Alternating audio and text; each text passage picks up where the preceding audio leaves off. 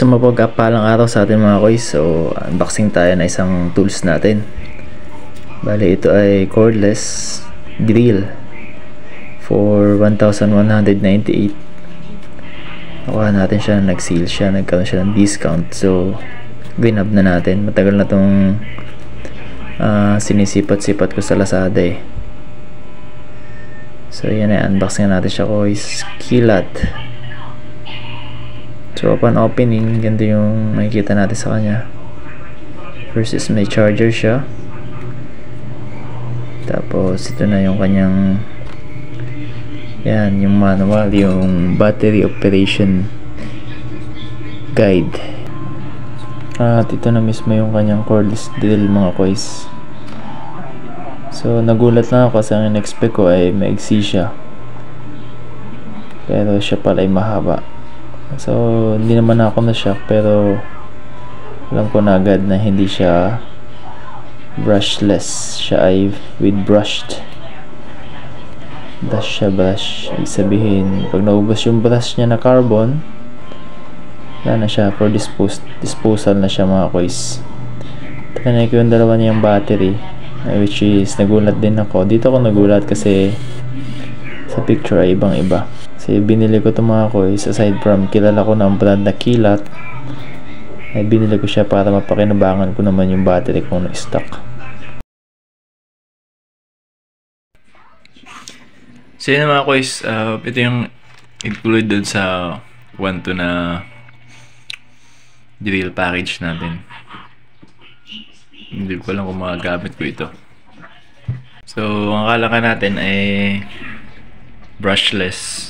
So mali tayo ng variety na option na napili. Price kasi yung atin tinitignan eh, hindi natin binabasa yung kanyang details. So for now, siguro ito na muna. Nandito na ito eh. Yan.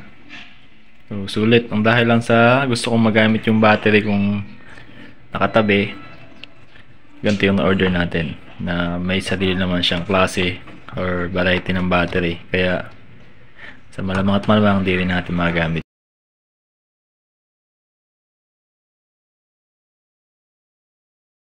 So next time order tayo ng drill para doon. Ano lang. So lobas tayo mga koys. Lagyan natin na dumi ng kukuha. Lagyan natin ng masunribit itong ating cordless.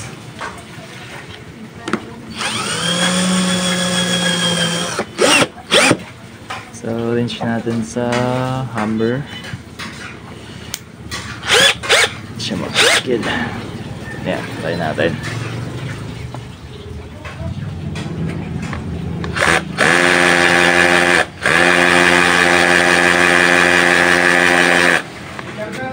Ngayon na.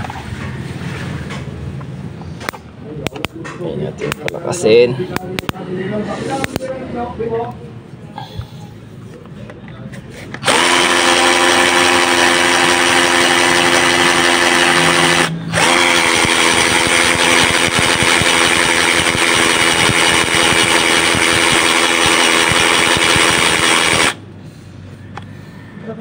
Ganun kalakas.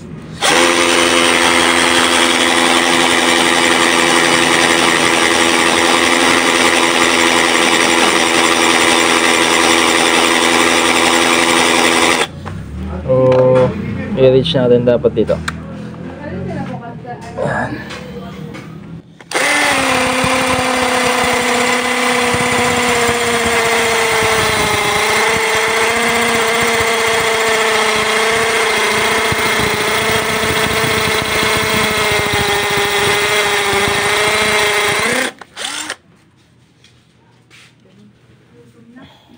Pwede. So ayun mga guys, meron tayo dito konting trivia. Yung mga nabasa kasi natin, 48V, 68V, 1000V, 36V, like nito 36V F Max Lithium by Kilat. Ito lang na-blurred. Yan. So yan, hindi yan ang hulaga na 36 volts yung ating battery. Hindi ko alam kung saan nagmula yung mga ganyan. Siguro for me mga code yan ng battery. Dahil actually kung yan ay itetest natin, so meron tayo itong multi-tester. Test natin yung battery niya. So, negative. Yo. Yun. Yun. Meron lang siyang 19.5. Which is malapit na sa maximum volt na nakalagay sa... Saan ba yun? Dito, sa kanyang charger. Yan o. 21 volt to 98 volt. 1 amp. So, yan yung charger niya.